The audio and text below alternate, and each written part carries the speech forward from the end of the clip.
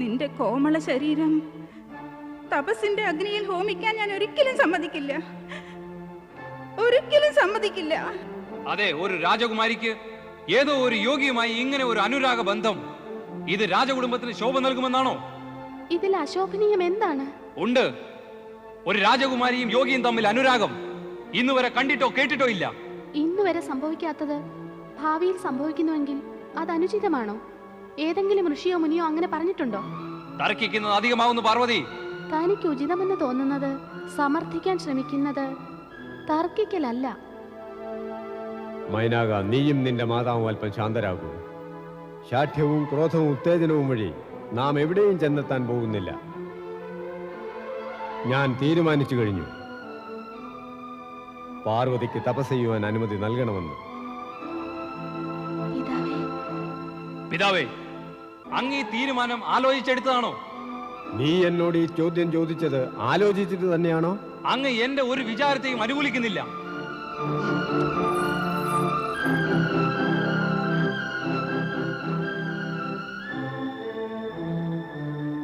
പോകാൻ അനുവദിച്ചാലും പിതാവേ.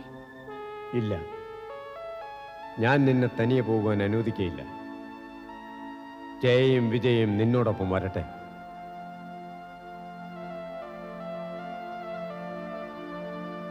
അനുമതി തരുമേ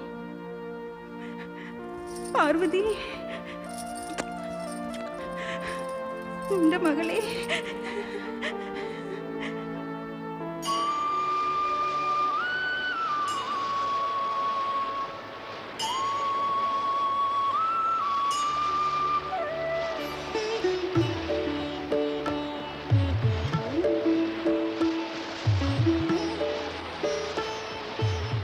ഈ സ്ഥലം ഉത്തമമാണ്, ശാന്തമാണ്, പിന്നെ ഏകാന്തവും. ഇവിടം രമണീയമായിരിക്കുന്നു. ഈ സ്ഥലത്ത് ഏകാഗ്രതയോടെ തപസ് അനുഷ്ഠിക്കാനാകും. ഞാൻ ഇവിടെ ഇരുന്ന് തപസ് ചെയ്യും. ഇവിടെ തപസ് ചെയ്യാനോ? തനിയെ ഈ വിജനമായ പ്രദേശത്ത്? ഇത്ര വിജനമായ സ്ഥലത്ത് നിനക്ക് ഭയമാവില്ലേ? എന്തു ഭയം? ആരെ ഭയം? വിധാത രക്ഷയ്ക്കില്ലേ? ഇല്ല പാർവതി, ഞങ്ങൾ നിന്നെ തനിച്ചാക്കി പോവുകയില്ല. മഹാരാജനോട് എന്തുത്തരം പറയും? ഇവൾ പറയുന്ന ഉത്തരം തന്നെ പറഞ്ഞേക്കാം. ചോദിക്കട്ടെ, എവിടെ പോയി? എന്തിനു തനിയെ വിട്ടുപോന്നു? നോക്കൂ, നിങ്ങളുടെ ഈ ശാഠ്യം ഉചിതമല്ല. നിന്റെ എല്ലാ ശാഠ്യവും ഉചിതമോ? നിങ്ങൾ രണ്ടും വികാരവതികളാകരുത്. എന്നെ എൻ്റെ കർത്തവ്യം ചെയ്യാൻ അനുവദിക്കൂ. വികാരം കൊണ്ട് കർത്തവ്യം പൂർത്തിയാക്കാനാവുകയില്ല. രണ്ടുപേരും പൊയ്ക്കുള്ളൂ. ഒന്ന് ആലോചിക്കൂ പാർവതി, ഈ ഏകാന്തതയിൽ നിന്നെ തനിച്ചാക്കി ഞങ്ങൾക്ക് എങ്ങനെ പോകാനാകും? മനസ്സിൽ ആശങ്ക നിറയുന്നു. നിങ്ങൾ രണ്ടും ദുർബലർ തന്നെ. ഇപ്പോൾ എന്നെയും ദുർബലയാക്കുന്നു. ഞാൻ പറഞ്ഞില്ലേ ഞാനിവിടെ തപസ് ചെയ്യാൻ വന്നതാണെന്ന്. അതിന് നിർഭയത, ദൃഢത കൂടാതെ ശ്രദ്ധയും ആവശ്യമാണ്. നിങ്ങൾ പൊയ്ക്കുള്ളൂ.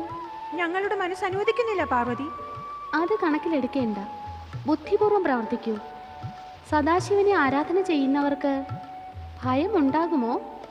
ശിവൻ എന്നോടൊപ്പമുണ്ട്. നിങ്ങൾ വിഷമിക്കാതെ പൊയ്ക്കുള്ളൂ. നിന്റെ ഇഷ്ടം പോലെ. പക്ഷേ സമയാസമയങ്ങളിൽ ഞങ്ങൾ അന്വേഷിച്ചുകൊണ്ടിരിക്കും.